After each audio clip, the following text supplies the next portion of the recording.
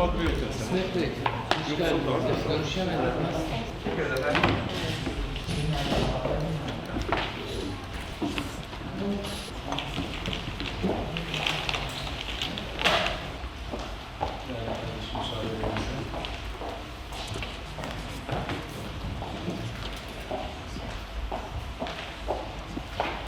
Çok değerli kardeşim, Sayın Hikmet Taşıyer, ilk toplantımızın hayırlara vesile olmasını Cenab-ı Allah'tan diliyorum. Sonrasında ilk sözü müsaadenizle size vermek, ardından ben devam etmek istiyorum.